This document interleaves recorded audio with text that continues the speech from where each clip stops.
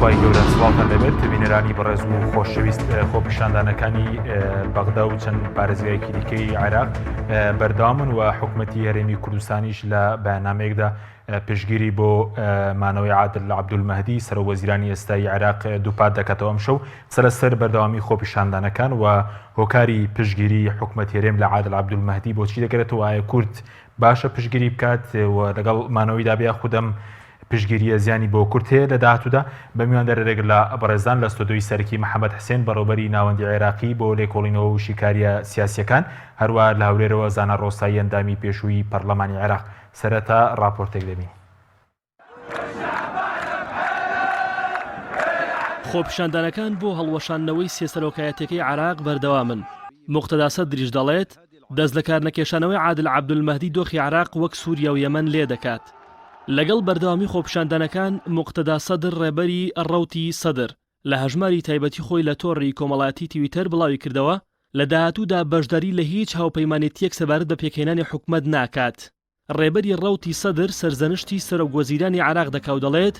ئەگەر عادل عەبدولمەهدی دەست لە کار نەکێشێتەوە خوێن ڕەشتن ڕاناگیرێت، عێراقیش وەکو سووریا و یەمەنی لێدێت. دوێنێ سێشەمە لە پەیامێکیدا عادل عەبدولمەهدی ڕایگەیاند بوو کە دەست لە کار دەکێشێتەوە ئەگەر موقتەدا سەدر لەگەڵ هادی عامری سەرکردەی هاوپەیمانی فەتح بۆ پێکهێنانی حکومەتێکی نوێ ڕێک بکەوێت. هاوکات حکومەتی هەرێم پشتگیری خۆی بۆ عادل عەبدولمەهدی دووپات دەکاتەوە. لە میانی کۆبوونەوەی ئەنجومەنی وەزیرانی هەرێم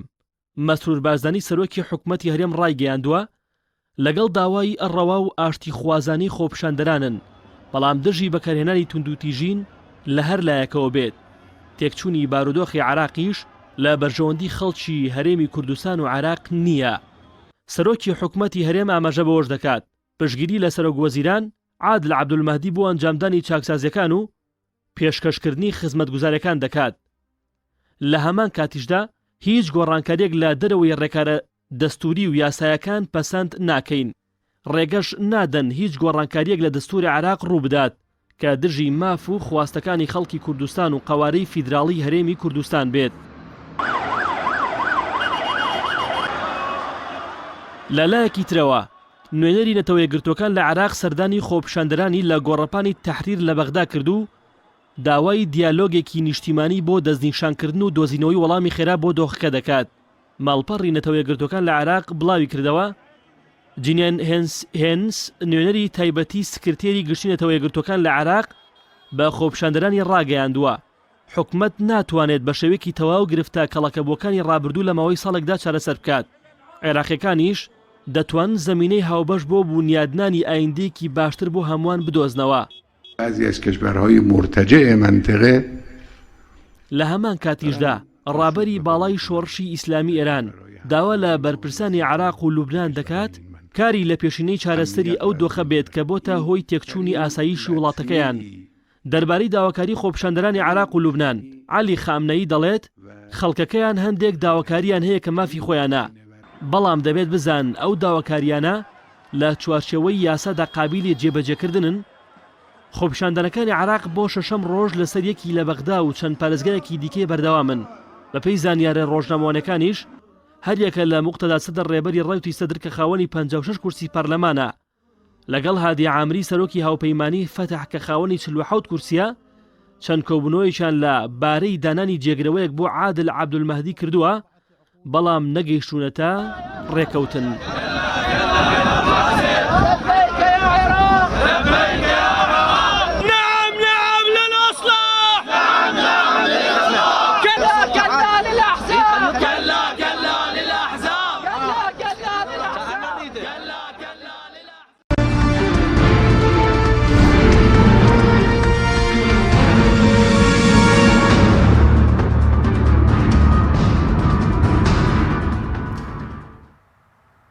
جارێکتر سڵاوتان لەبێت بینەرانی بەڕێز، سوپاس بۆ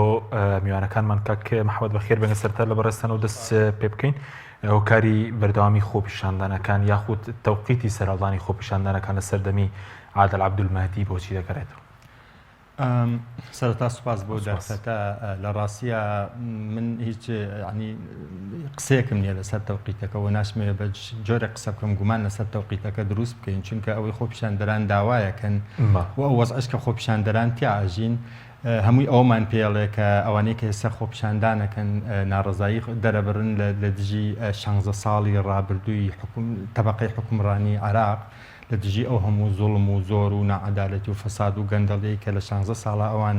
بەدەستیەوە ناڵاندویانە. بۆیە ئەم خۆپیشاندانانە ئەم گرژی و ئاڵۆزی و ناڕزایەتیانە کە لە ڕاستی ئێستا لە خۆپیشاندان دەرچووە بۆتە ڕاپەڕین لە شارە گەورە و سەرەکیەکانی عێراقا، ئەمە نەتیجەیەکی زۆر ئاسایی و سروشتی ئەو بارودۆخەیە کە ئێستا خەڵکی عێراقی تیاژی. من کۆمەڵێک داتای تازەی وەزعی عێراقم لایە کە ڕەنگە زۆر بە ئاسانی ئەومان پێ بڵێ بۆچی خەڵک خۆپیشاندانەکە. بە پێی دوایین ئاماری ڕێکخراوی فاوی جیهانی ڕێژەی 127.7 دانیشتوانی عێراق مەترسی بەدخۆراکی و نەبوونی خۆراکی پێویستیان هەیە، لە کاتێکە ئەم ڕێژە لە ئێران 4.9 لە تورکیا 2.5 سەیری فەرقەکەکەیانی جگەلەوە نزیکەی 3,600,000 کەس لە عێراقا ئەم دەقە بێکارن و بە دوای کاراگەڕن و دەستیان ناکەوێت. ئەمە پێمان ئەڵێ بۆچی ئەو خۆپیشاندانێکە 20 لە سەتی ئەم 3,600,000 کەسە تەمەنیان لە خواری 22 ساڵۆیە و ئەم 20 لە سەتە نە لە بەرخوێندنان ینی نە لە زانکۆ و ئامادەیەکانە ئەخوێنن و نە ئیشێک ئەکەن، ینی هەروە ئەتاڵ و بەتاڵ ئەخولێنەوە ناوە. ئەمە پێمان ئەڵێ بۆچی ئێستا ئەو خۆپیشاندانن لە بەغا و لە بەسرە و لە نەجەف و کەربەلا و ناسرێ و دیوانی ڕووەدا، یعنی هەژاری، بێکاری، نەهامەتی و برسێتی خەڵکی هێناوەتە سەر جادەکان. ئەم خەڵکانە پاریش خۆپیشاندانیان کرد لە بەسرە و لە بەغا لە ساڵانی ڕابردووە هەر خۆپیشاندان هەبوو، بەڵام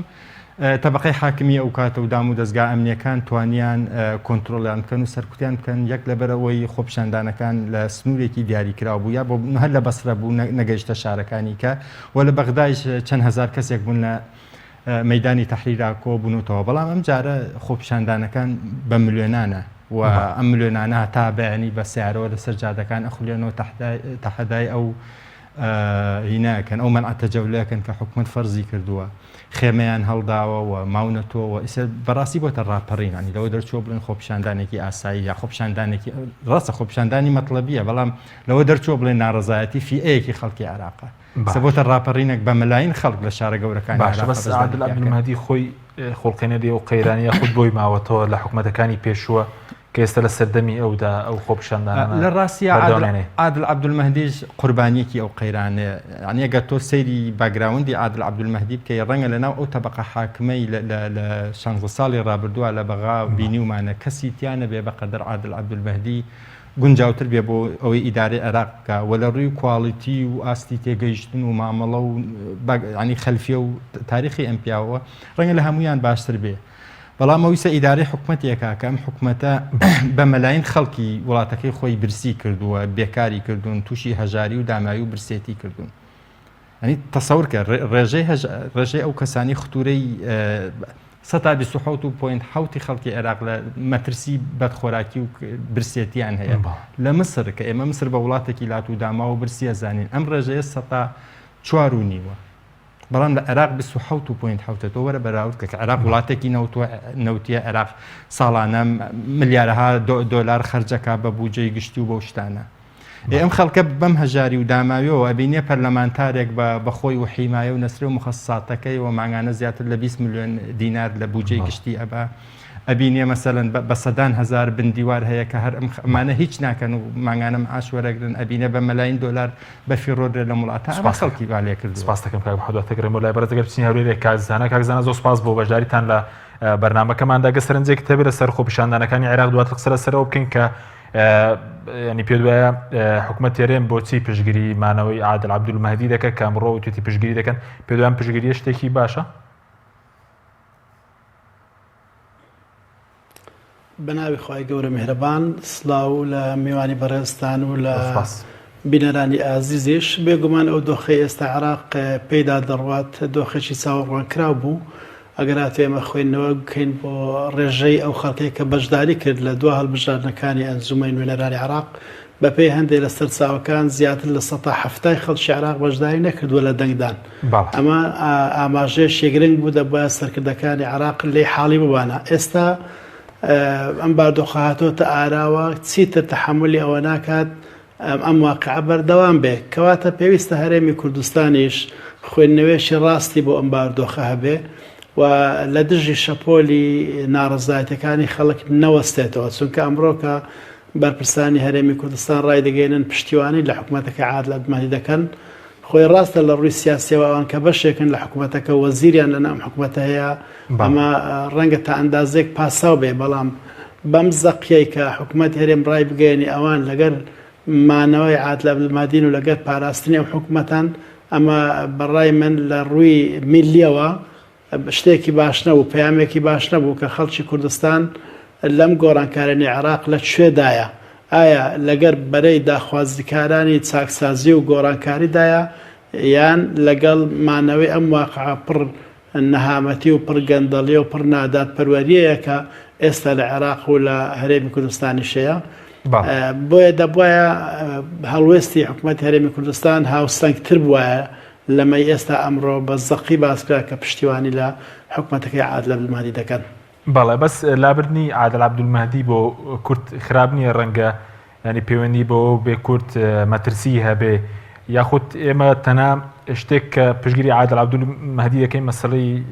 بودجەکەی نردنی بودجەکەی ئەمە دەزانین بەڕێز عادل عەبدولمەهدی لە هەڵوێستەکانی لە بەرامبەر هەرێمی کوردستان بە بەراورد لەگەر پێشەکانی خۆی سەرۆکوەزیرانی پێشووی خۆی لە هەمویان گونجاوتر بووە لەگەر هەرێمی کوردستان بەڵام خۆ ئەو بەتەنها ناتوانێت لە ناو مەنزومەیەکی سیاسی بڕیار وەربگرێت و هەڵوێست بنوێنێ بەرامبەر بە هەرێمی کوردستان یەکێک لەو گلەیانێکە هاتووەتە سەر عادل عەبدولمەهدی لەلایەن توندڕەوە شۆڤینیەکانەوە ئەوەیە کە هەڵوێستەکانی بەرامبەر بە هەرێمی کوردستان تا ئەندازەیەک نەرمی تێدایەوە دەیەوێت لەگە هەرێمی کوردستان بگاتە ڕێکەوتن بەڵام ئایا ینی چارەنووسی هەرێمی کوردستان بەستراوەتەوە بە کەسێک یان بە مەنزومەیەکی تەواوی دەوڵەتیەوە ئەمە دەزانین لە ناو دەوڵەتی عێراق بەردەوام ئێمە لە ژێر هەڕەشەداین و ئەم گۆڕانکارانەی کە ئێستا دێنە پێش مەترسی هەیە کە زیانیان بۆ هەرێمی کوردستان هەبێت بەڵام ئەمە چی بکەین دیبلۆماسەتی کوردی دەبێت چی بکە لەم ڕۆژەی بۆی ئەم گۆڕانکاریانە بە زیان نەشکێتەوە بەسەر هەرێمی کوردستان و زۆرێک لە هاوسۆزی هەبێت لەگەڵ داواکاری ڕەوایەکان و زۆرێک لە داواکردن هەبێت لە حکوومەتی ناوەندی عراقی کە بە پیر داخوازەکانی خەڵک وەبێت و خوێنەوێکی ڕاستەقینە بۆ ڕووداوەکان بکات و مەزال نەدا عێراق ببێتە گۆبی خوێنجارێکی تر هەروەکو لە ڕابردوو لە شەڕی تائیفی شێشەی گەورە دروست بۆ ئێستا بە زۆرێکی تر شەڕی ناوخۆی دروست بێتەوە خەڵکێکی ئێزگار زۆر بکوژرێت باردۆخەکە بە شێوەیەک تێک بچێکە لە بەرژەوەندی هیچ کەسێدا نەبێ پێویست بوو حکوومەتی هەرێمی کوردستان خطابەکەی هاوسەنگتر بە هەڵوێستەکەی هاوسەنگتر بە لەم بارەوە باشە بەس بە بۆ چوونی بەڕێزت کاکزانێ ئێستا کورد خۆی مەسم ئەو دەسەڵاتدارە نەخۆیان ئامادە نەکردووە بۆ مەسەلەنەگەری دوای عادل عەبدولمەهدی یاخود بەڕێز وتت خۆپیشاندانەکان کاریگەریان دەبێت خۆیان ئامادەکەنی کاریگەریەکان چین وە دەبێت چۆن خۆ ئامادە بکرێ ینی بۆ ئەگەری گۆڕینی ئەویشتوکە ئێستا گەرێکی بەهێزەیە بۆ گۆڕانکاری و گۆڕینی سەرۆکوەزیرە خۆی هەر ڕووداوێک لە ناوچەکە ڕووبدات بە زۆرێک لە زۆرەکان کاریگەری لە هەرێمی کوردستان هەیە فەرمەم ڕووداوێکە لە خۆراوی کوردستان ڕوویدا کاریگەری لە هەرێم هەبوو کۆمەڵێک ئاوارە هات خەڵک نیگەران بوو کەواتە ئەدێگە ڕووداوێک لە ناو خۆی وڵاتەکە ڕووداتن ڕووداوێکی گەورەی وەکەوەی ئێستا لە ئارادایە کە بەڕاستی گەیشتۆتە ئاستی ڕاپەڕین لە خۆپیشاندان تێپەڕیوە ئەم ڕاپەڕینە دەرەنجامەکانی کاریگەریان دەبێت لە هەرێمی کوردستان ئێمە چۆن ئەم ڕاپەڕینە بە دەرفەتێک بزانین بۆی کاریگەریەکانی ئیجابی بێ بە هەرێمی کوردستان نەک کاریگەری سلبی هەبێ ئەوەش بەوە دەکرێت کە زۆرێک لە هاوسۆزی هەبێ لەگەر داخوازیەکانی خەڵک و زۆرێک لە فشار هەبێت لەسەر حکوومەتی ناوەندی کە بەدەم داخوازەڕەوەکانی خەڵکە بێت لە هەمان کاتیش کار بکەیت بۆی دەستکەوتەکانی هەرێمی کوردستان ئەوانی لە ناو دەستور تۆمارکراون ئەوانەی کە ئێستاوەکو ئەمری واقع بەدەستهاتون ئەمانە لە جێی خۆیان دەستکاری نەکرێن و بگرە بتوانین هەنگاوێک بچینە پێش کار لەسەر ئەو بکەین کە عێراق لە دەوڵەتێکی فیدرالیەوە گەشە بکە بۆ دەوڵەتێکی نیمچە کۆنفیدرالی ینی هەنگاوێک بەرەو پێشتر بچین لەوەی کە هەرێمی کوردستان کەمێک خۆی دوورتر بخاتەوە لە ڕووی بڕیارەوە لە ناوەندەوە ئەم بارودۆخە بە دەرفەت بزانێت بۆ مەسەر خۆڕێک خستنەوەی ناوخۆی هەرێمی کوردستان هێزە سیاسەکانی ناوخۆی هەرێمی کوردستان گوتارەشی باش لە بینیان دەست پێ بکاتەوە بۆی ڕوبەڕووی هەر ئەگەرێک بەرنەوە پێکەوە کە ڕەنگە ڕوو لە هەرێمی کوردستانی بکار ئەنجامی ئەم گۆڕانکارانێکە لە عێراق دروستە بێت. سوپاس دەکەم دواتەگەرم وڵای بەڕێزت لە بەیاننامەکەی ئەمڕۆ حکوومەت تێرێن باس لەوە کرابوو کەوەندە ژێر گۆڕانکارێکیش کە دژی لە دەستور دژی خەڵکی کوردستان بێ مەترسی هەیە لە هەمواری دەستور یاخود چۆن تعدیل دەکرێت دەگەڕێم وڵای بەڕێز دواتر کاکزانە کاک محەممەد دەکەم وڵای بەڕێز دەمەوێت سەرنجی بەڕێزش بزانم لەسەر پێشگیری حکوومەت هێرێم بۆ عادل عەبدولمەهدی پێ دوایە دەبێت چۆن بێ پێ دوایە ئەمەی کام ڕۆکراوە لە بەرژەوەندی خەڵکە من قەناعەتم وایە ئەو پشگیری حکوومەتی هەرێم بۆ عادل عەبدولمەهدی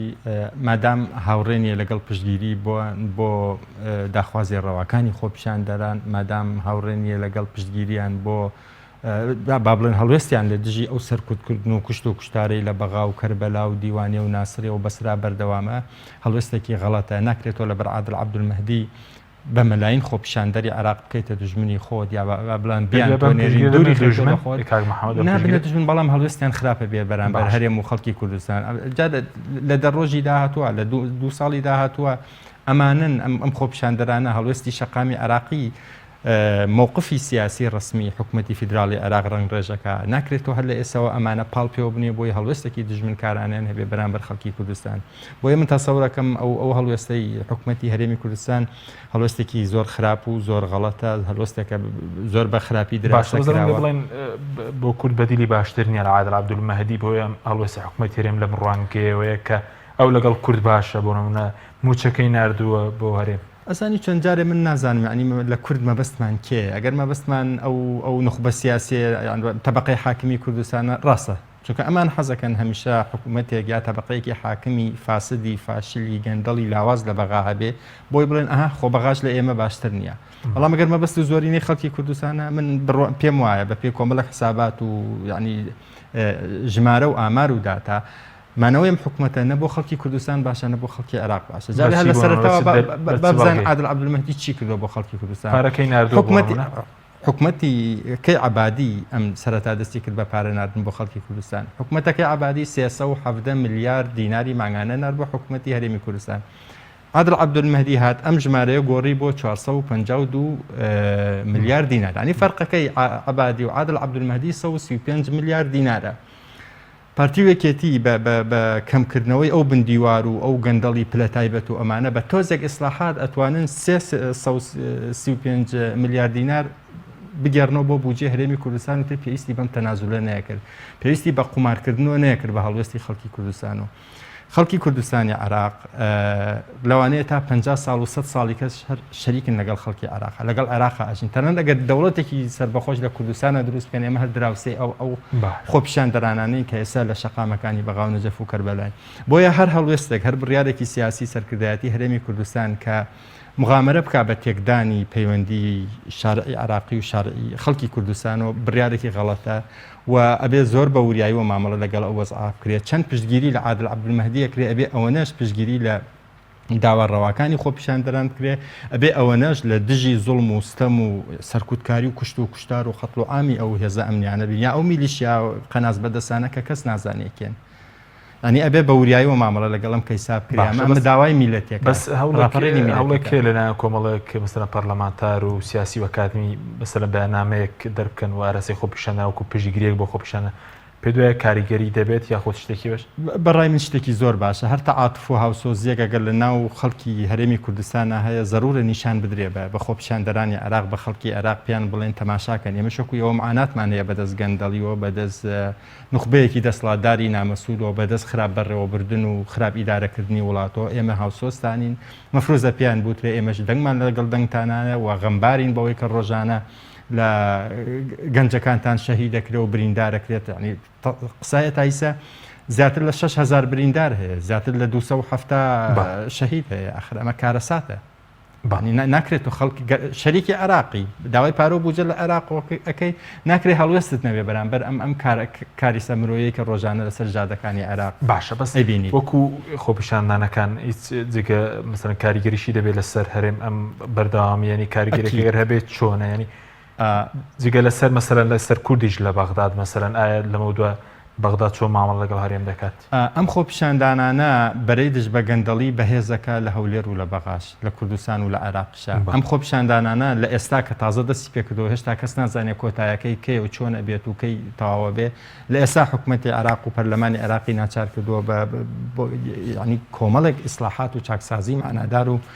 معقول بکەن ئەگەرم خۆپیشاندانانە نەبووە ئەو نخبە سیاسی بەغا 100 ساڵیکە و چاکسازیانیان نییەکە 100 ساڵیکە پەرلەمانی عێراق دەنگیان نێدا بۆی مخصصات و موچە و دەرماڵەوە ئەو شتانەی خۆیان کەم بکەنەوە لە کاتێکا خۆیان هەر خۆیان ئەویان دروست کردووە بۆ ئەم خۆپیشاندانانە مەجرای تاریخی عێراق گۆڕێ و ئەکید ئەگەر سەر بکەوێت و ئەگەر عێراقیش بگەێنێتە کەنارێکی ئارام یاخود شتێک لە وەسەی عێراق باش بکە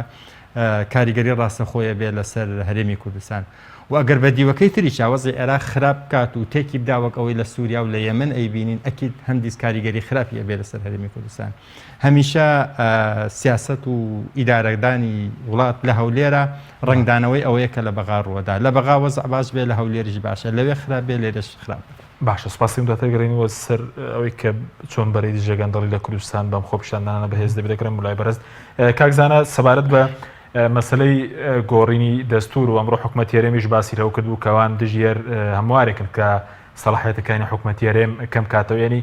بە دیاریکراوی کە بەڕێزت هەم لە نووسینەوەی دەستوری کوردستان پێشتر بەزاروەوە پێشتر ئەندامی لیژنەی یاسایی پەرلەمانی عێراق بووی ینی هیچ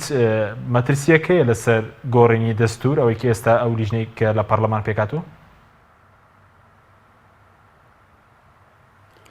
سەرەتا ئەمەوێ ئەوە بڵێم کاتی خۆی کە دەستوری عێراقی نووسرایەوە لە ساڵی 2005 کورد لە بەقوەترین پێگەی سیاسی خۆیدا بوو و دەورەشی باڵای هەبوو لە بنیاتنانەوەی عێراقی نوێ بۆیە توانی کۆمەڵێک ماف بۆ هەرێمی کوردستان و بۆ داهاتوی هەرێمی کوردستان بچەسپێنێ لە ناو دەستوری عێراقیدا ئەو مافانە لە هیچ باردۆخێکێتر ڕەنگە نەنووسرێتەوە ئێستا دەستورێکی نوێ بۆ عێراق بنووسرێتەوە ئەم شتانە هیچ تێدا نابێت بەڕاستی و دەمێکیشە هەندێک لایانی سیاسی عەرەبی کار بۆ ئەوە دەکەن کە دەستوری عێراق هەموار بکرێتەوە بە شێوەیەک کۆتوبەندی زیاتر لە هەرێمی کوردستان دابدرێت و سیستەمی پەرلەمانی و سیستەمی فیدرالی تەسکتر بکرێتەوە یانە نەمێنێتن ئەمانە کۆمەڵێک مەترسین ئێستا ئەم بارودۆخە بە دەرفەت زاندراوە کە سەر لە نوێمەلەفی گۆڕینی دەستور و هەموارکردنی دەستور بێتەوە پێش خۆی ئەبووە بەپێی مادەی 132 دەستوری عێراقی هەر لە خولی یەکەمیان زومەی نوێنەرانی عێراق لە ماوەی 4 مانگدا پرۆژەی هەموارکردنی دەستور ئامادەکرابایە بەڵام نەتواندرا ڕێکەوتن بکرێت تا ئێستا لەم هەفتەیە لیژنەکە پێکێنراوە و داوان لێکراوە لە ماوەی 4 مانگ پێشنارەکانیان ئامادە بکەن بۆ هەموارکردنی دەستور بەڵام ئەو ڕێگای کە دانراوە بۆ هەموارکردنی دەستوری عێراقی ڕێگایکی زۆر ئاڵۆزە من بە دووری دەزان بتوانرێت دەستور هەموار بکرێتەوە چونکە ئەڵێ پێویستە ئەم لیژنێ لە بینی خۆیان ڕێککەون لەسەر هەموارەکە ڕێکەوتنەکە ئاسان نییە دوای ئایا ئەو شتانێک کە لیژنەکە لەسەر ڕێک دەکەون هەمان ئەم شتانەیە کە شەقامی عێراقی دەیکا خۆ لیژنەکان دایم پەرلەمانن کە شەقامی عێراقی داوا دەکەن دام پەرلەمانەکان ڕەوانی ماڵەوە بکرێنەوە و داوانی دەکەن پەرلەمان شتێتەوە ئەوە ڕێکیش کەوتن دەبێت لە ناو پەرلەمان بە دوو لەسەر زەی دەنگ تێپەڕێ ئایاوە دەکرێت زەحمەتە ئەگەر ئەوەش کرا دەبێت بدرێتە ڕیفراندۆمێکی زەماوەری لە ڕیفراندۆمەکەش ئەگە 3 پارێزگا بە نەخێر دەنجیان پێدا هەڵدەوەشێتەوە کەواتە هەموارەکە ئاسان نییە بەڵام ئەوەی جێی مەترسیە تەواوی دەستورەکە هەڵوەشێنرێتەوە چونکە ئەگەر هاتوو ئەم شۆڕشە سەر بگرێ ئەم ڕاپەڕینە سەر بگرێ گۆڕانکارێکی ڕیشەیە لە سیستەمی سیاسی هەڵوەشانەوەی دەستورە هەڵوەشانەوەی پەرلەمانە هەڵوەشانەوەی حکوومەتە ڕۆیشتنە بۆ حکوومەتێکی کاتی نیشتیمانی هەڵبژارنێکی پێشوەختە لەسەر ئاساسی قانونێکی نوێ و دەستورێکی نوێ بە وڵات بنووسرێتەوە ئەمەش بارودۆخێکە ڕەنگە بە چەندین ساڵ لێ دەردەچین ئیشەکی ئاسان نییە بە ساڵێک و 2 ساڵ ئەم پرۆسەیە تەواو ببی باشە بەس وتت ڕێگەی هەمواری دەستور کە چەند بەرگێک مەسەلا هەموار بکرێتەوە قورسە لەبەرەوەی کە 3 پارێزگا هەرێمەگە ڕەتی بکاتەوە بەس ینی ئێستا دەتوانرێت بەبێ هەموار دەستور ینی چۆن هەڵبوەشێتەوە ینی مەترسیەوەی کە دەستورەکە هەر هەڵبوەشێتەوە بەبێ کە بخرێتە ڕاپرسیەوە مەسەلەن جارێکتر خەڵک دەنگی لەسەر بدا طبعا هەموارکردنی دەستور دوو ڕێگای هەیە دوو زۆی دەستور هەیە لە عالم هەموارکردنی ئاسان ئەموارکردنی مەرین و هەربانکردنی جامد یعنی یەکی هەیە ئاسانە گۆڕانکاریتێدا هەندێک دەستور هەیە هەندێک دەستور هەیە گۆڵانکای تیاندا زەحمەتە ئەوەی عێراق یەکێکە لەو دەستورانەی کە بە زەحمەت دەگۆڕێت تەنانەت هەندێک مادەی ئەم دەستورەش دانراوە لە هیچ بارودۆخێکا نابی هەموار بکرێت بنەما سەرچەکان کە لە بەش یەکەمی دەستورەکەدا هاتووە کەواتە ئەو هەموارە من بە ئاسانی نازانم و بە دووری دەزانم بەڵام بە دووری نازانم کە ئەسلی دەستورەکە هەڵوەشێنرێتەوە و دەوڵەتی عێراق هەڵوەشێنرێتەوە بە زۆرێکی تر بنیاد بندرێتەوە بەس چۆن دەستور هەڵەوەشێنرێتەوە بۆ نمونە بۆ نمونە ئەگەر کودەتایە بکرێ بۆ نمونە ئەگەر ئەو سیستەمە سیاسیە لە بنەڕەتدا بڕوخێندرێت هەرۆکە و گۆڕانکاریەکە لە عێراق ڕوویدا ساڵی 2003 ڕژێمێک دەگۆڕێ و ڕژێمێکی تر دێتە ئاراوە یەکەمدا بە شێوەیەکی کاتی چەند ساڵێک تێدەپەڕێنێ پاشان دەستورێکی نوێ دەنووسرێتەوە هەڵبژاردن دەکرێتەوە ئەوە لە زۆر وڵاتان بەم شێوەیە کراوە بە شێوەی شۆڕش یا بە شێوەی کودەتا بۆ گۆڕنی نظامی سیاسی بەڵێ بەس بۆ ڕوون بێلای بینان ئێستاگەر هەموارەکە بیت مەترسیەکی لەسەر هەرێم نیە یانی ئەگەر هەموارەکە بێنی چەند بڕگەیەک هەموار بکرێتەوە باش بەڵێ ئەگەر هەموارەکە سەریگرت ینی ئەو ئێرادەی کە هەیە بۆ هەموارکردنەکە لە بەرچی مەترسی لە سەهرێمی کوردستان هەیە چونکە یەکەم دەیانوێت سیستەمی پەرلەمانی بگۆڕن دەیانەوێت لە مەسەلەی فیدرالیەت پاشەکشەی بکەن بێگومان دەیانەوێت مادەی 140 بەم شێوەی ئێستا نەمینێت و کۆتایی پێبینن و ئەو دەسەڵاتە فراوانانەی کە دراون بە هەرێمی کوردستان کەم دەکرێنەوە عێراق زیاتر بەرەو مەرکەزیەت دەبن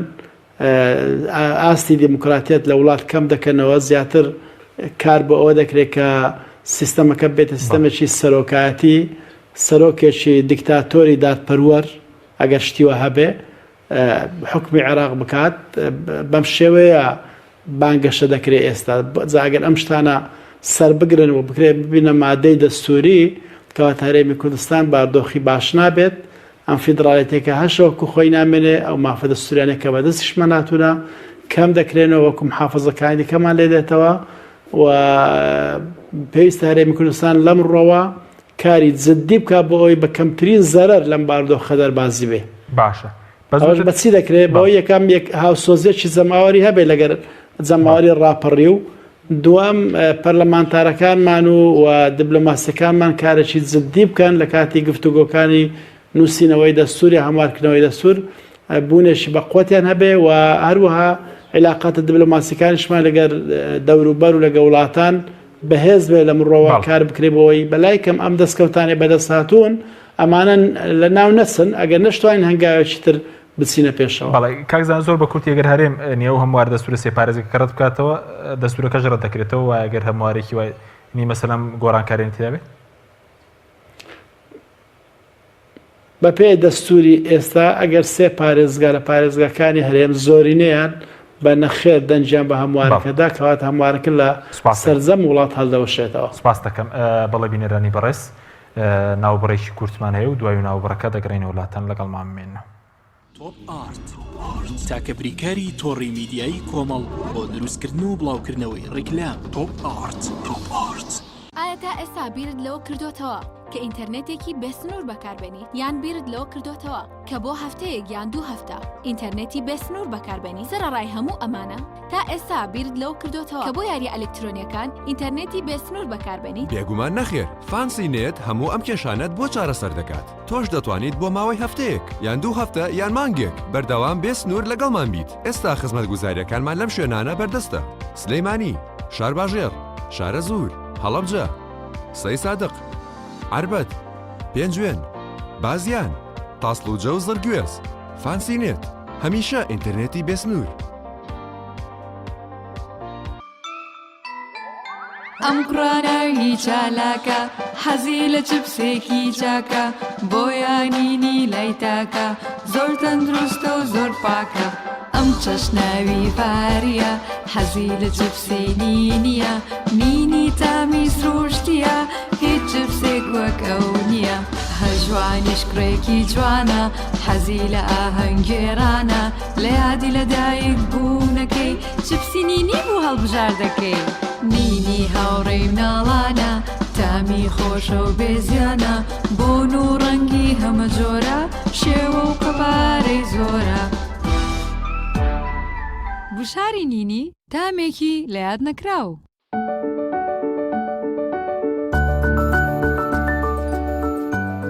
ڕاستە هەستی دایک بوون زۆر جیاواز و چێژبەخشە.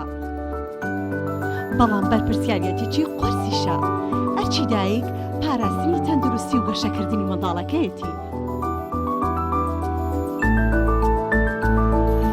باشترین خۆراک بۆ منداڵەکەی شیری دایکە. بەڵام لەبەر هەر هۆکارێک دایک نەتوانێت لە شیری خۆی بە منداڵەکەی بدات، باشترین جێگرەوە کۆنفیلاکە.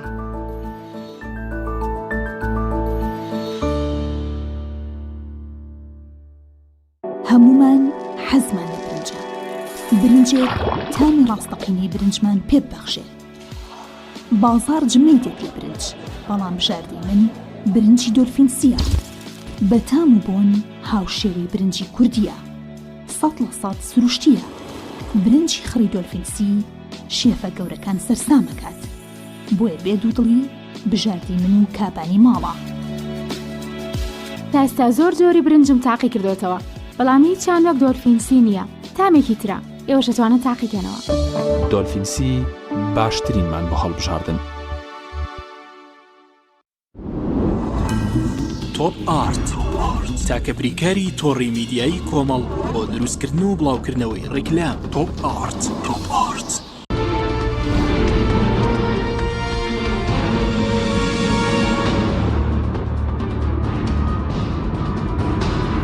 جارێکتر سڵاوتان لەبێت بینەرانی بەڕێز. کاک محەممەد پێشتر بەڕێزت باس لەوە کرد کە خۆپیشاندنەکانی عێراق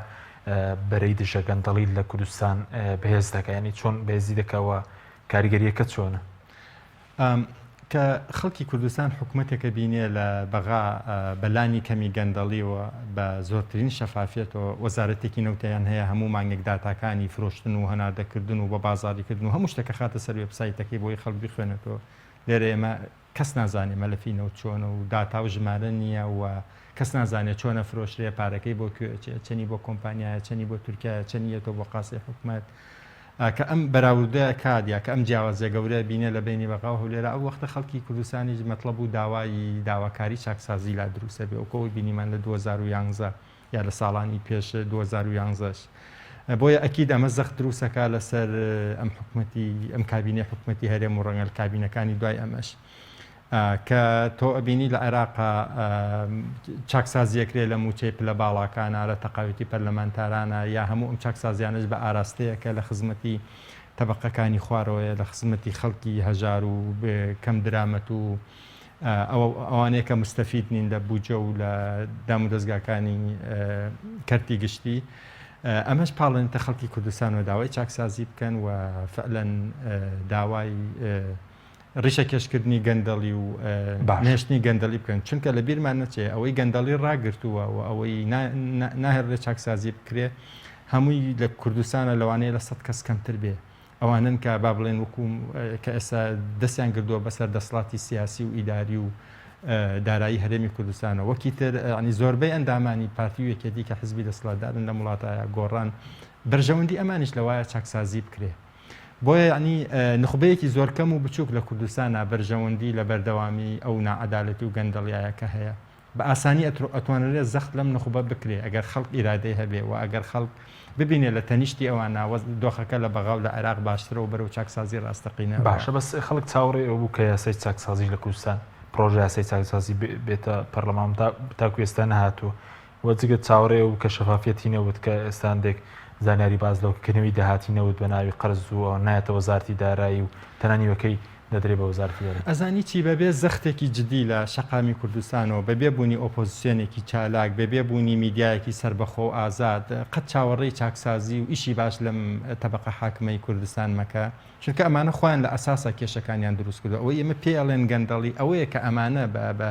ڕێگا و فرۆفێڵی جاجا بەفی ڕۆیەدەن و ئەی دزن و ئەی بن و لە ناوێدەن. یعنی تۆ چاوەڕێی کەسێک چاکسازی بۆ بکە کە خۆی دایکی مشکیلەکانە کە خۆی سەرچاوی گەندەڵێکەیە چاوەڕوانیەکی غەڵەتە. بۆیە چاکسازی کاتێک ئەکرێ کە لە شەقامی کوردستان و زەخت بکرێ فشار بکرێەوەکەوەی لە بەغا هەیە کە میدیایەکی ئازاد و سربەخۆتە بێ کە ئۆپۆزیسیۆنێکی چالاکەتە بێ پشتگیری ئەو خەڵکە خۆپیشاندەرە بکە وەکەوەی لە تیاری سەدر و لە بەغایی بینین.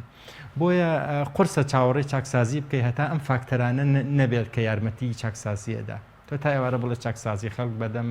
نرگە لە خواردنەوە لە چاخانەکانە داوای چاکسازیەکە یان لە ماڵی خۆی دانیشە سەری تەلەڤیزیۆنەکە و داوای چاکسازیەکە ئەمە داواکاریەکی بێکاریگەریە بەڵام کەی ئەم داواکاریانە کاریگەرە بێت و ئەتوانێت فعلەن تەسیر لە کاربەدەستانی هەرێمکە وەختەیە بێتە ناڕزایەتێکی منەزەم و ڕێکخرا وەک ئەوەی لە بەغا هەیە ئەو وەختی ئۆپۆزیسیۆنێکی چالاکەیە پشتگیریەکە میدیایەکی سربەخۆ ئازاد هەیە تەختەیەکە و ئەنی ئەبێتە ئیشێکی منەزەم باشە 100 ڕۆژی زیاتر تێپەرەوە بەسەر کابینی نوێ کە پێشتر بانگشەی چاکسازی و شەفافەتی نەوتوانی دەکەی چ کراوە تا ئێستا من هیچم نەبینی و 110 ڕۆژ تێپەڕی لەگەڵتە لە تەمەنی ئەم حکوومەتە تا ئێستا بەس قسە هەیە بەڵێن هەیە و تا ئێستا باسیەوە کرێ ڕەنگە لیژنە دروست بکەن یان دروستیان کردووە هەمووشمان نزانین کاری ئەگەر قرارە چاکسازی لە کوردستانە لیژنەیەک دیکە کە ئەم تەبەقە حاکمە دروستیان کردووە بەڕاستی هیچ ئومێدێکی لەسەر هەڵ ناچنرێ چونکە وەکو باسم کرد ئەمانە خۆیان سەرچاوی ئەو کێشە و گەندەڵی و نەهامەتێن لە کوردستانە هەیە ئەمانە تا زەختیان لێ نەکرێ ممکن نییە چاکسازی بکەن ئێستا ئەو زەختە نییە لە کوردستانە هیوایەک هەیە کە ینی ئەو ڕاپەڕینی چاکسازی خواز و ریفۆرم خوازەی لە عێراق و بەغا دەستی پێ کردووە وا بکات لە خەڵکی کوردستان لە هێزی ئۆپۆزیسیۆنەکانی کوردستان یا میدیا لە کوردستانە ئەمانش دەستکەنە زەختکردن لەگەڵ زەخت و فشاری شەقامە ممکنە ئەم تەبەقە حاکمەی کوردستانیش چاکسازی بکەن چاکسازیەکی فعلی و معنادار نەک ئەوەی بڵێن ئەوە لیژنەیەکمان دروست کرد لیژنەکە متابعەکە چاکسازی ڕاستەقینە چییە لە چاکسازی ڕاستەقینە ئەوەیە یەکەم بندیوارەکان لابن دووەم ئەو تەقاوتکردن و پلەی باڵا و ئەمانە نێڵ ینی ئەو تەقاوتێ ئەوسە گەورەترین گەندەڵی لەوایە خەڵک تەقاوتەکەن بە وەزیر بە پلەی وەزیر بە مدیران کە ئەمە لە ژیانە ئیشی نەکردووە ئەنی تەقاوتەکەن وەکو کەسێکە کە 35 ساڵ بەڕێوەبەر بووە لە وڵاتە اینجا کە تۆ ئەمانتە کرد پارە و بودجەیەکی زۆر ئەگەڕێتەوە بۆ داهاتی گشتی بۆ داهاتی نەوتوانە طبعا لە داهاتی نەوت شابێت چاکسازی بکرێت کەشەوەی داهاتی نەوتۆکو سنووقێکی ڕەشوایە کەس نازانێت چی تایەوە چۆنەکرێ چۆنە فرۆشرێ بەکیە فرۆشرێ چەنی ئەم پارە بۆ کۆمپانیا پشکدارەکانەوە چەنی بۆ تورکایە چەنی بۆ کری گواستنەوە و هەناردەکردن و مارکتین و ئەوانەیە ئەنی ئەم شە دیسانەوە کەس نازانێت ئایا سپاس دەکەم داتەکرێم لای بەرز کاک زانە بگەڕێنی و لای بەڕێزت سەبارەت بە ئێستا باز لەوەکی کە هەوڵ هەیە بۆ خۆئامادەکەن بۆ قۆناغی دوای عادل عەبدولمەهدی بەس ئێستا ئەوەی کە دیارە تەنها سەدر و هادی عامری پێ دوایە تەناو دوانن کە دەتوانن حکومەتەکە بگۆڕن و لەسەر جێگرەوەیەک ڕێککەون ئەی کورد ئەی سونەکان لەکوێ گۆڕانکاریانە ئەمە لە نامەکەی بەڕێز عادل عەبدولمەهدی لە وەڵامی موقتەدا سەدر بە ڕوونی دیار بوو وەکو توانزێکیش و وەکوەوەی کە هۆکاری کێشەکان لە عێراق دوولایەنن لایەنێکە لە سەدر و ئەوانێکە لە سەدرەوە نزیکن لایەنێکیش هادی عامری و ئەوانێکە لە دەوروبەری هەنا ئەوان سەبەبی محاسەسن ئەوان سەبەبی خلافاتی ناو حکوومەت و ناو پەرلەمانن ئەوان بەرپرسەکانی ئەوانن لە حکوومەت و لە دائیرەکان کە ئەوان گەندەڵیان کردووە بەبێ ئەو دوانە حکومت پێک نایە و ئەو دوانە نەکە ئەم زۆرە حکومەتیان پێک هێناوە هەر بۆیش بەڕێز عادڵمەهدی بە توانزەوە وەڵامی بەڕێز موختار سەدری دایەوە کە ئێوە لە بینی خۆتان ڕێکەون ئەوە حکومەتێکی تر دروستە بێ پێویست بۆ ناکەم حکومەتە و بەم شێوەیە هەڵبۆشێننەوە کەواتە ئەم دوو کارێکتەرە هەردووچیان کاریگەریان هەبووە لە ڕابردوو بەڵام ئایا ئێستا شەقام زەماوەری ڕاپەڕی و ڕازێ بەو دەموچاوانەیە کە ئەم کارێکتەرە پێشنیارێ بکەنەوە بۆ جێگرەوەی عادل عەبدولمەهدی بە دڵنیاییەوە نەخێر هەموو ئەو ناوانەیە کە باسییان لێوە دەکرێت کە لە ڕابردوودا ڕۆڵیان هەبووە لە عێراق لەلایەن خەڵکو زەماوەرە بێزراون بەڕاستی ئەم چینە سیاسیە کە لە عێراق حکومڕان بووە لە دوای 2003 تا ئێستا هیچی قبول کراو نییە هەندێک زار ڕەنگە خەڵکی باشی زۆر تێدابێ بەڵام ئەم خەڵکە باشەش بە ئاگری خراپەکانەوە سوتاوە و خەڵک گەیشتێتە ئەو قەناعەتە کە ئەم چینە سیاسی هەر هەمووی ئەبێ گۆڕانکاری بەسەدا بێت و چینێکی تر زیان بگرێتەوە لە بەڕێوەبردی ئەم وڵاتە لەسەر ئەساسی کەفاعەت و میهەنیەت و شەهادە و شارەزای خۆی نەک لەسەر ئەساسیەوەی کە لە کام حیزبە و لە کام حیزب نییە لە چێ نزیکە و لە چێ نزیک نیە هەر بۆیش دیتمان کە بەڕێز موختار سەدر دەچێتە ناو خۆ پیشاندانەکان خەڵک پێی خۆش نەبوو و هەتا فێر لە دژی داوە باڵ بەس سەبارەت بە کورد و سونێنی لە دەرەوەی و گۆڕانکارێن ئێستا پێ دوایە تەنها ئەگەر بوونم لە قەرار بە حکومەتێک بگۆڕێ تەنها عامری و سەدر بڕیاری لێدن ئەی مالیکی ڕۆڵی چی عەبادی ئەوانە ڕۆڵیان چییە؟ بەنسبەتی کورد و سونەوە عێراق بە شێوەیەکی عملیدا بەش بووە هەر لەو ڕۆژەوە کە ئەمریکیەکان هاتنە عێراق باسییان لەوە کرد کە عێراق پێک هاتووە لە کورد و سونە و شیعە ئەمە دابشکردنەکە لەو ڕۆژەوە دەستی پێکرد ئەوەی ئێستا ڕوئەدا لە ناو ماڵی شیعەیە ڕواداتن هەموو کێشەی ناوخۆی شیعەیە زعم شیعانەی کە لایەنگری وڵاتێکی قلیمین لەگەر ئەم شیعانەیەکەوە نیشتیمانینە و دەڵێن دەبێت بڕیار ناوخۆی بیتەنات کارگەیشتۆتە سەر ئەوەی کە قسە لەسەر پیرۆزیەکانی خۆشیان دەکەن کە مەرجەعەکان هەندێک ئەوانیش بە هۆکار دەزانن بۆ هاتنە سەر کاری ئەم تەبەقە سیاسی ئێستا وەمانەوەشیان هەتا ئێستاکە سونیەکان ئەوان لە قۆناغی ڕابردوودا کە خۆپیشاندانیان کرد لە ئەمباڕ و لە سەڵاحین و لە بازێکی زۆری خۆپیشاندانیاندا ئێستا ناتوانن بزوڵێنەوە تازە لە ئاوارەی گەڕاونەوە بۆ شارەکانی خۆیان شارەکانیان وێران بووە تازە خەریکی ئاوادانکردنەوەن هەر زم و زۆڵێک بکرێن ڕەنگە قەڵاچۆکردنی سونەکان بە تۆمەتی داعش بوون ئاسانە بەنسبەتی کوردیش لەبەر ئەوەی هەرێمی کوردستانی هەیە و باردۆخەکەی جیاوازە لە شارەکانی تری عێراق لە ڕووی ئەمنیەتەوە ئەگەنە لە ڕووی دەستەڵات و کەموکوڕێکانی دەستەڵات و پێویستی ساکسازی بە هەمان شێوە لێرەش ئەو داخوازیانە لارێبی کوردستان لەم قۆناغیدا هاتوودا پێناسێ کورد و سونە کاریگەرێکی زۆر زۆرن هەبی لە گۆڕانکاریەکانی کە لە عێراق ڕوەدەن گۆڕانکاریەکە ڕوئەدەن بە کار و لە ئەنجامی ڕاپەڕینی جەماوەری باشوور و ناوەڕاستی عێراق کە زۆربیان شیعەنە بەڵام ئەم گۆڕانکاریەکە ڕوئەدات تەبان بەشی کورد و بەشی سونە پارێزراوە تێیدا ڕەنگە بە شێوەی محاسەسەی حیزبی نەمێنێ بەڵام وەکو نەتەوەیی وەکو پێک هاتەکان هەر دەبێت لە ناو دەوڵەتی عێراق ڕەنگدانەوەی دیار بێ بەڵێ بەس وەکو ئەی وتم ڕۆڵی تەنە عامری و سەدر ئەی عەبادی مالیکی یاخوی چانسێکێ بۆ گەڕانەوەی عەبادی عەبادی ئێستا چەند پەیامێکی بڵاو کردوتەوە لە ڕۆژی یەکەمی خۆپیشاندانەکانەوە تا ئێستا و چەندین پێشنیاری پێشکەش کردووە و ڕخنەی لە دەسەڵاتی دادوەری گرتووە ڕخنەی لە حکوومەت گرتووە و پشتیوانی داواکاریەکانی خۆپیشاندەران دەکات ئەوێ خۆی وا پیشان بدا کە ئەو لە دەرەوەی ئەم خراپەکاریانەیە کە حکوومەت کردێتی لە ڕابردوودا و ئەوێت سوود لەم ناڕەزایەتانەوە بگرێت تەوان بەڕێز حەیدەر عەبادی لە سەردەمی ئەویش خۆپیشاندانی گەورە کران لە شەقامی عێراقی بەڵام ئەم خۆپیشاندانەی بەکارهێنا بۆ ئەنجامدانی کۆمەڵێک چاکسازی و خەڵکەکە پشتیوانی حەیدەر عەبادیان دەکرد داوای ڕوخانی ئەویان ناکرد لە دژی پەرلەمانی بەکارهێنان زیاتر بەڵام ئێستا حەیدەر عەبادی بە هەمان شێوە دەیوێت سوود لە دەرگوی ناڕەزایەتی خەڵک وەربگرێ ئەو زارێت بۆ نێرە سیاسەکانی خۆی زا مالکیە یان سەدریەکانن یان بەدرەکانن هەمویان بەرزبێت بەڕێز مالشی ئێستا کەمتر خۆی بە دەردەخی و کەمتر لێدوان لە بابەتەکانەداتن زیاتر لە قۆڵی هادی عامری و لە قۆڵی حکوومەتەوە ڕوبەڕووی ئەم باردۆخ خەبۆتەوە بەڵێ دوا پرسیارم زۆر بە کورتی بەڕێزت پێشبینی ئەو دەکەی کە پەرلەمان هەڵبوەشێتەوە عادل عەبدولمەهدی سەرۆکایەتی حکوومەتێکی کاربەڕێکەر بکە یاخود عادل عەبدولمەهدی بگۆڕێت و پێویست بە هەڵوەشانەوەی پەرلەمان ناکا بە کورتی پێسپاس دەکەین لە هەموو حاڵەتێکدا ئەگە سەرۆکی وەزیریان دەست لە کار کێشاوە حکوومەتەکەی بەدەست لە کار کێشاوە لە قەڵەمادرێ و هەتا پێکێنانی حکوومەتێکی تر بە کاربەڕێکەر کارەکانی خۆی بەڕێوە دەبا ڕۆژانە من تەوقیع ئەوە دەکەم حکوومەت هەڵوەشێتەوە نەک پەرلەمان لەم قۆناغا هەڵوەشانەوەی ئاسان نییە چونکە گە پەرلەمان هەڵوەشاوە ئەدی چێ یاسایشی نوێ بۆ هەڵبژاردندا بنێ ئەدی چێ سەرپەرشتی گۆڕانکاریەکان بکات لە عێراق بەڵام ئێستا سەرۆکی پەرلەمان تا ئەندازێکی زۆر ئەیوێت ببێتە پاڵەوانی ئەم قۆناغا و بڕیاری باش دەربکات کۆمەڵێک چاکسازی بکات و بیرروڕای خەڵک بۆ لای خۆی ڕابچێشێ بەڵێ بوو باو پرسیارش بکەم بەس ینی دەتوانرێت بەبێ بەورماگەر عادل عەبدولمەهدی لابەرن حکوومەتەکەی دەست لە کارکێشت دەتوانێت بەبێ هەڵبژاردن حکوومەتێک پێک بهێنێت حکوومەتێکی دیکە نەخێر هیچ حکوومەتێک بەبێ هەڵبژاردن بەڵێ یعنی حکوومەتە بێت حکوومەتێکی کاربەڕێکەر پاشان پەرلەمان داوا لە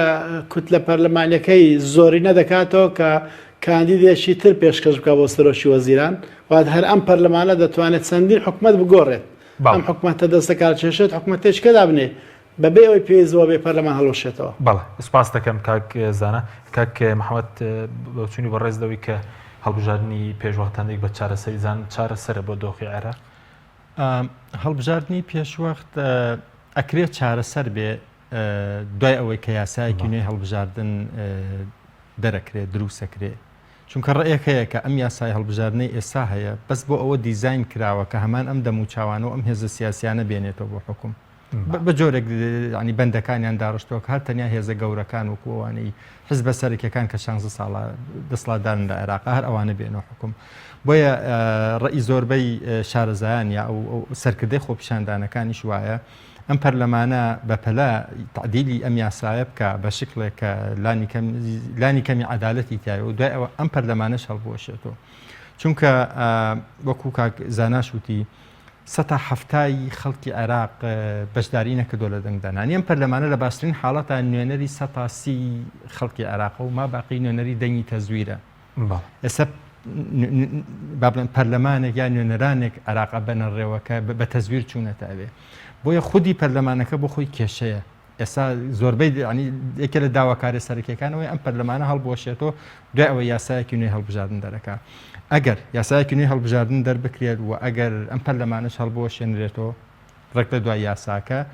و ئەگەر جەوێکی سیاسی و ئەمنی وا مستەقر دروست بکرێت کە فعلەن هەڵبژاردننی تیا ئەنجام بدرێ بە ئیشرافی نێودەوڵەتی چونکە بەبێ نەزاهات و بەبێ ئیشرافی نێودەوڵەتی هەمان تەزویرەکە زۆر بەکوتیانی کردووە ئەگەر عادل عەبدولمەهدی بگۆڕن بۆ نمونە عامری و سەدر ڕێ بکەون خۆپیشاندانەکان کۆتاییان پێبێت. ئێستا خۆپیشاندانەکان ئەوەی لە دژی سەدر و عامرین ئەوەن لە دژی عەبدولمەهدی نین. یعنی دروشمی ئەمڕۆ دوێنێیان بە زۆری لە دژی سەدر پشتگیریانەکە ئێوە ئیسفادەیانە بکە بەڵام دوێنێش و ئەمڕۆ زۆربەی دروشمەکان لە دژی عامری و سەدر بوو تا زیاتر عەبدولمەهدی. بۆچی سەدر دەیەوێت ئیسفادەی چی بکات؟